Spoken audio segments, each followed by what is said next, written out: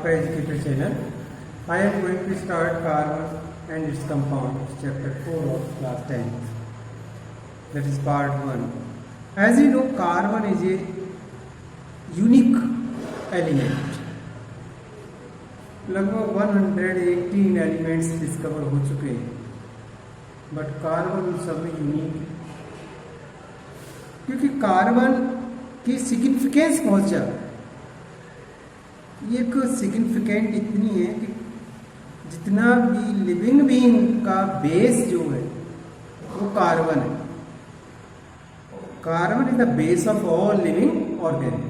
सभी living organism का carbon base है। हम कार्बन देखा जाए तो 0.02% अर्थ क्रस्ट पर कार्बन मिलता है, जिसमें 0.03% कार्बन डाइऑक्साइड की फॉर्म में। Otherwise carbonate, hydrogen carbonate, petroleum product इस फॉर्म में कार्बन मिलता है। कार्बन की बॉन्डिंग बहुत अच्छी होती है। लास्ट टाइम तक, अभी तक आप पढ़ के आए थे आयोनिक बॉन्ड। यहाँ पर जो आउटरमोस्ट सेल होता है उसमें जितने इलेक्ट्रॉन गेन या लूज होते हैं वो वैलेंसी में दिया, और आउटरमोस्ट सेल में जितने भी इलेक्ट्रॉन्स होते हैं वो उसका वैलेंसी इलेक्ट्रॉन होता है। तो जो गेन या लॉस करते हैं उसकी वैलेंसी बोली जाती है। तो जब इलेक्ट्रॉन को गेन या लूज कब करते हैं? जब वो इलेक्ट्रॉन्स का एक ऑक्टेट रूल फॉलो करते हैं। एक नोबल गैस का जो फॉर्मूला बनता है वो KLMN आपने देखे थे, आउटर मोस्ट सेल में 2, 8 या 18 ये बनता है। तो लास्ट ऑर्बिट में 8 इलेक्ट्रॉन होने के लिए हम जितने इलेक्ट्रॉन गेन या लूज करते हैं उसकी वैलेंसी होती है। तो उसी तरह से यानी कंबाइनिंग कैपेसिटी जो होती है that is known as valency. अब आता है कि कार्बन तो एक ऐसा एलिमेंट है जिसके 4 इलेक्ट्रॉन्स आउटर मोस्ट सेल में। इसका एटॉमिक नंबर जो होता है कार्बन का 6 होता है। कार्बन का एटॉमिक नंबर 6 होता है। इसको हम देखें तो 2 और 4। तो आउटर मोस्ट सेल में इसके 4 इलेक्ट्रॉन्स होते हैं, यानी इसकी वैलेंसी जो होगी 4 होगी। क्योंकि 4 इलेक्ट्रॉन इसी जरूरत होगी तब 8 बनेगा, तब नोबल गैस का, इनर्ट गैस का फॉर्मूला आएगा, इलेक्ट्रॉनिक कॉन्फ़िगरेशन कंप्लीट होगा, ऑक्टेट रूल फॉलो होगा।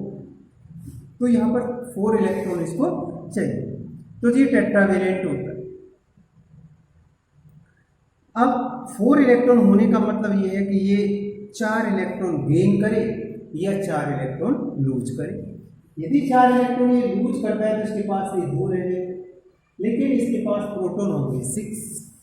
जब प्रोटॉन 6 होंगे तो 10 सपोज ये लूज करता है, हाँ, तो मतलब पॉजिटिव चार्ज आएगा इस पर, 4 पॉजिटिव चार्ज आएगा। और जब 4 इलेक्ट्रॉन से लूज करेगा तो 4 इलेक्ट्रॉन लूज करने के लिए they need a lot of energy. वो इतनी एनर्जी इसके पास होगी, अनस्टेबल हो जाएगा, तो लूज भी नहीं कर सकता 4 इलेक्ट्रॉन। अब गेन करता है तो वो 6 electrons can not hold the 10 electron. 4 और आ जाएंगे तो इसके पास 10 इलेक्ट्रॉन हो जाएंगे, और प्रोटॉन कितने होते हैं 4, तो it can not be hold. वो 4 इलेक्ट्रॉन्स वो न्यूक्लियस, वो 4 इलेक्ट्रॉन 10 जो इलेक्ट्रॉन्स होंगे लेकिन 4 एक्स्ट्रा होंगे, तो 4 एक्स्ट्रा होंगे तो वो उसे होल्ड नहीं करता, तो इतना न्यूक्लियस में नहीं होता पापा। तो that is not possible to combine any other element. 4 electron न तो ये गेन कर सकता है न लूज कर सकता है। इसका ऑप्शन क्या है? इसका ऑप्शन ये है कि वो शेयरिंग करे। जैसे कि जानते हो आयनिक में क्या करता है, ट्रांसफर ऑफ इलेक्ट्रॉन होता है। आयनिक बॉन्ड क्या होता है, ट्रांसफर ऑफ इलेक्ट्रॉन। ये काफ़ी स्ट्रॉन्ग होते हैं, melting point, boiling point high होता है, क्योंकि they have a strong force of attraction. In this case they share electron. ये क्या करता है, 4 इलेक्ट्रॉन किसी से शेयर करता है। जब शेयर करता है तो दो से भी कर सकता है, दो किसी से, एक से कर लेता है। जैसे हाइड्रोजन है, हाइड्रोजन में एक इलेक्ट्रॉन होता है, जैसे हाइड्रोजन का जो है 1 होता है। अब इसको एक इलेक्ट्रॉन की जरूरत है तो एक इलेक्ट्रॉन किसी को दे सकता है, तो देगा तो ये क्या करेगा, कार्बन के 4 इलेक्ट्रॉन से दोस्ती कर लेगा, 4 ये हो गए और एक हाइड्रोजन भी आ जाएगा।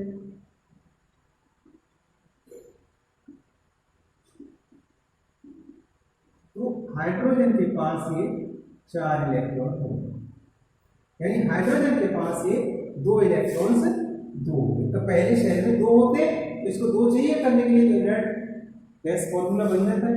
और इसको 8 इलेक्ट्रॉन चाहिए थे, तो 4 हाइड्रोजन से इसने फ्रेंडशिप कर ली और ये इसके 4 इलेक्ट्रॉन इसको मिल गए, बन गया ना CH4। इस तरह से ही कोवलेंट बॉन्ड बनाता है। कैसे बॉन्ड बनाता है? Covalent bond. और भी ये करता है, जैसे हाइड्रोजन आपस में शेयरिंग करते हैं इलेक्ट्रॉन, हाइड्रोजन इसके पास में एक है, इसके पास में एक, तो ये इससे कर लेते हैं, ये शेयरिंग कर लिया, तो इसके पास भी 2 हो गए, इसके पास भी 2 हो गए, तो ये H2। जब भी तो हाइड्रोजन को कैसे लिखते हैं? H2। ऐसे ही क्लोरीन को भी, यानी सिंगल बॉन्ड होता है इनके बीच में। लेकिन ऑक्सीजन के केस में क्या होता है, 2 इलेक्ट्रॉन, 8 इलेक्ट्रॉन होते हैं ऑक्सीजन के, यानी 2 और 6, इसको कितने चाहिए? 2 इलेक्ट्रॉन्स। तो ये कैसे करेगा, 2 इलेक्ट्रॉन्स ऑक्सीजन, 2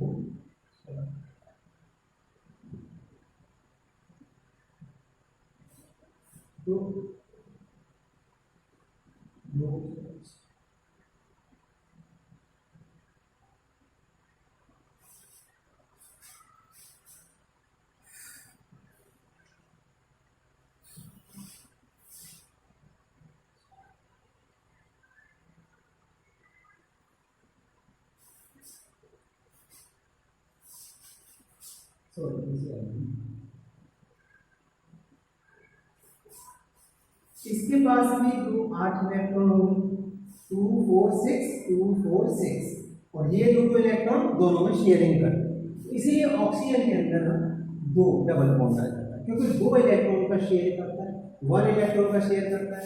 यहाँ हाइड्रोजन सिंगल बॉन्ड करता है, तो ये सिंगल शेयर इलेक्ट्रॉन शेयरिंग करता है। अब जैसे नाइट्रोजन को ले लें, नाइट्रोजन का 7 होता है, एटॉमिक नंबर 7 होता है, यानी 2 और 5। तो अब आप 1 2 3 नाइट्रोजन, 1 2 3 4 5, 1 2 3 नाइट्रोजन 4 5, लास्ट ऑर्बिटल 5। अब इसको काउंट कर लें और इसको काउंट कर लें। यहाँ पर नाइट्रोजन के 3 इलेक्ट्रॉन शेयर हो रहे हैं, तो यहाँ पर ट्रिपल बॉन्ड आ रहा है। इस तरह से ये शेयरिंग करते हैं, और जो शेयरिंग के बाद जो कोवलेंट कंपाउंड बनते हैं, they are have weak intermolecular force. इनका जो इंटरमोलिकुलर फोर्स जो होता है वीक होता है, इनका मेल्टिंग पॉइंट बॉइलिंग पॉइंट लो होता है, वाइल आयनिक कंपाउंड का melting point boiling point high होता है, क्योंकि intermolecular force they have strong. यहाँ पर कोवलेंट बॉन्ड में वीक, ये एक रीजन है जो कि यहाँ पर लो मेल्टिंग पॉइंट और बॉइलिंग पॉइंट होता है। Covalent compound generally poor conductor of electricity, यहाँ पर ये जो होते हैं कंडक्टर जो होते हैं पुअर कंडक्टर होते हैं इलेक्ट्रिसिटी के। इसके साथ अब नेक्स्ट टॉपिक आता है allotropes, point to be noted down.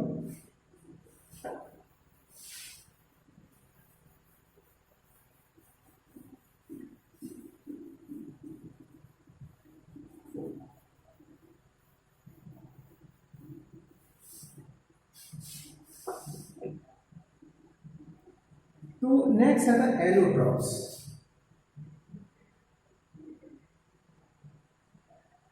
Allotropes of carbon, carbon के डिफरेंट फॉर्म ऑफ नेचर के होते हैं, they have different physical properties, उनकी प्रॉपर्टीज होती है बिल्कुल डिफरेंट होती हैं। कार्बन के 3 एलोट्रॉप्स होते हैं, डायमंड, ग्रेफाइट और बकमिंस्टर फुलरनेस। डायमंड, अब जो डायमंड होता है, डायमंड, ग्रेफाइट और बकमिंस्टर फुलरनेस,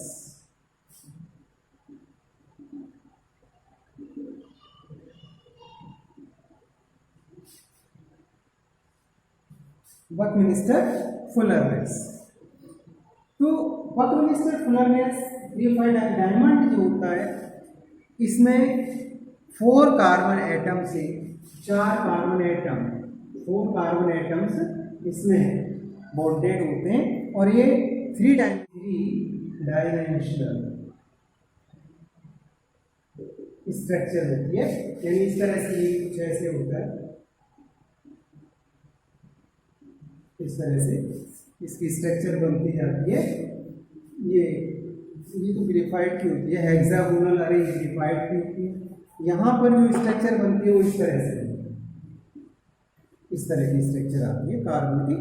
ये जो होते हैं कार्बन एटम, ये 4 कार्बन एटम डायमेंशनल होते हैं, 1 2 3 4, इसी तरह से और बुक में देख सकते हैं यहाँ डायग्राम। और जो इसकी होती है वो इस तरह की होती है ग्रेफाइट की, ये हेक्सागोनल अरे बनाती है, यानी 6 साइडेड होती है एक तरह से। इसमें 3 कार्बन एटम्स होते हैं, 1 2 3 3 कार्बन एटम्स अटैच रहते हैं। ये हेक्सागोनल अरे बनाते हैं, क्या हेक्सागोनल अरे, हेक्सागोनल अरे बनाते हैं। ये they have different type of physical property. Graphite जो डायमंड होता है, very poor conductor of electricity, this is the hardest substance and very smooth. ये काफी हार्डेस्ट सब्सटेंस है, नॉन सब्सटेंस में मेटल इतना हार्ड होता है जितना डायमंड हार्ड होता है। Diamond cuts the diamond, diamond से डायमंड नहीं कट सकता, वैसे नहीं तोड़ सकते इसे हम, बहुत स्ट्रॉन्ग होता है। लेकिन ग्रेफाइट काफी सॉफ्ट होता है। And it is the conductor of electricity, इसकी डिफरेंट प्रॉपर्टी। जब यानी इन दोनों में कार्बन के अरेंजमेंट का डिफरेंस होता है, तीनों में। बकमिंस्टर में 60 कार्बन एटम्स का ग्रुप होता है, C60 कार्बन एटम्स का ग्रुप होता है। एक बकमिंस्टर नाम के साइंटिस्ट थे, उनके नाम पर इसका नाम पड़ा बकमिंस्टर फुलरनेस।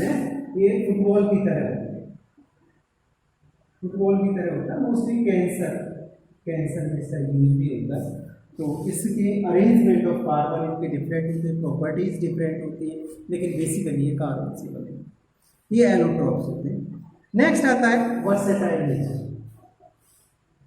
वर्सेटाइल नेचर ये है कि जो कार्बन होते हैं, इन कार्बन्स में कि जो कंपाउंड बनाता है, कार्बन मिलकर के जो कंपाउंड बनाता है, बहुत लॉन्ग चेन कंपाउंड बनाता है। तो कार्बन के ये कंपाउंड इतने ज़्यादा बनाता है, इतने केमिस्ट के हिसाब से देखा जाए तो 3 मिलियन कंपाउंड्स बनाता है, 3 मिलियन ये कंपाउंड्स बनाता है, केमिकल कंपाउंड जो केमिस्ट्री में नोन है। इनकी और भी हो सकते हैं। नेचर कोवलेंट बॉन्ड बनाता है, इसका मेन रीजन ये है कि ये कोवलेंट बॉन्ड बनता है, इसमें 4 कार्बन एटम के साथ शेयरिंग करता है, टेट्रावेलेंट होता है, ये भी एक इसकी प्रॉपर्टी होती है। एक मेन बात इसमें है कैटिनेशन।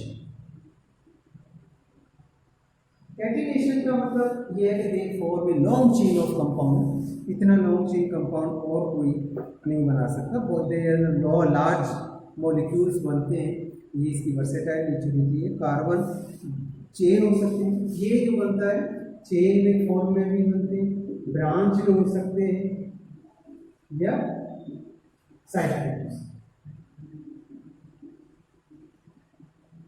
साइक्लिक हो सकते हैं, ब्रांच भी हो सकते हैं। इस तरह से ये कार्बन कंपाउंड अरेंज हो सकते हैं।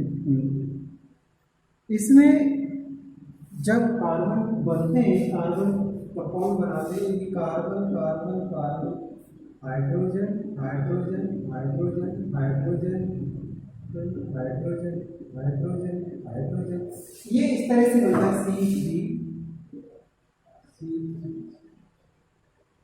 CH 1 2 3 4 5 6 7 8।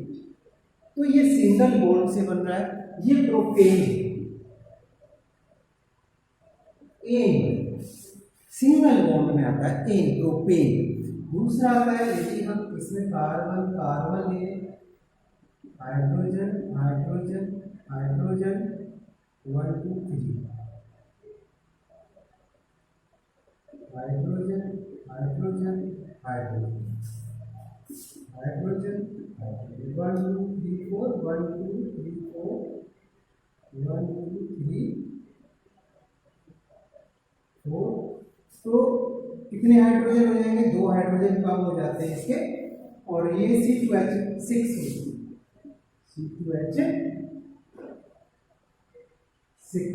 होती है, C3H6, 2 हाइड्रोजन कम हो गए, तो यह प्रोपीन हो गया, प्रोपीन।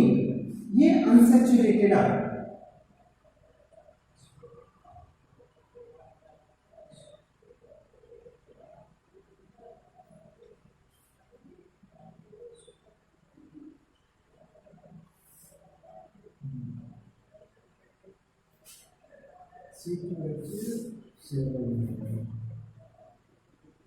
और यदि कार्बन के 3 हो जाए, जैसे कार्बन, तो C2H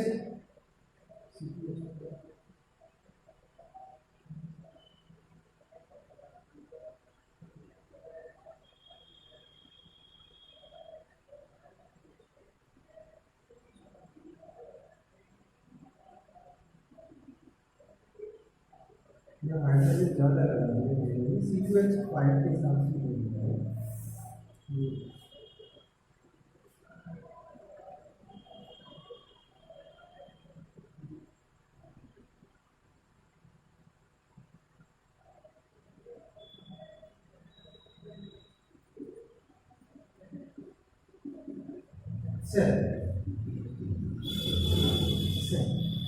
तो 1 2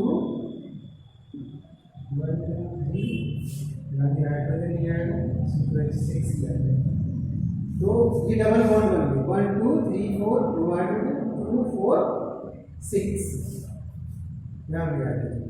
तब ये 4 4 सेटिस्फाइड हो गए, 1 2 3 2 और 2 4 2 और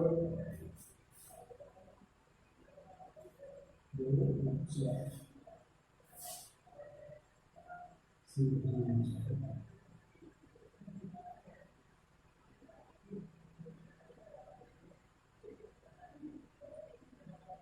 इस तरह से ये सेटिस्फाइड बन जाता है 3 कार्बन एटम की। यदि ये हो,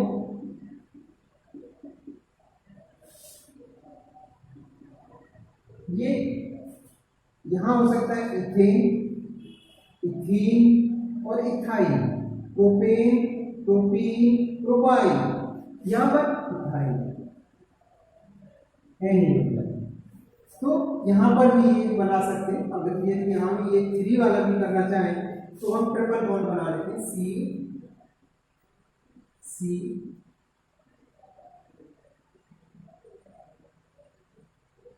ये तो 2 से ही बनता है, हाइड्रोजन हाइड्रोजन, इस तरह से बन जाता है। तो यह ट्रिपल बॉन्ड बन जाता है, ऐसे बना सकते हैं, तो ये इथाइन बन जाता है।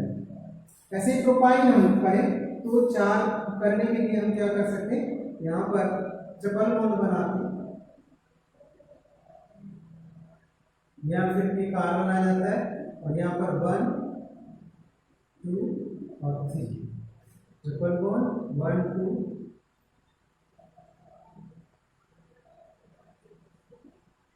H, यहाँ पर ये H सिंगल बॉन्ड, तो 1 2 3 4 1 2 3 4 1 2 3 4, तो C2H C3 1 2 3 4, यहाँ प्रोपीन, तो ये 3 बनाएंगे तो प्रोपाइन हो जाएगा, C3H4 हो जाता है, प्रोपाइन हो जाएगा, प्रोपाइन। और प्रोपीन के लिए सेटिस्फाई करना जरूरी होता है, प्रोपीन के लिए हम 2 डबल बॉन्ड करते हैं, सपोज तो C double bond C double bond C, तो 1 2 3 4, 1 2 3 4, 1 2 1 2 3, तो C3H4, C3H4 हो जाता है। यहाँ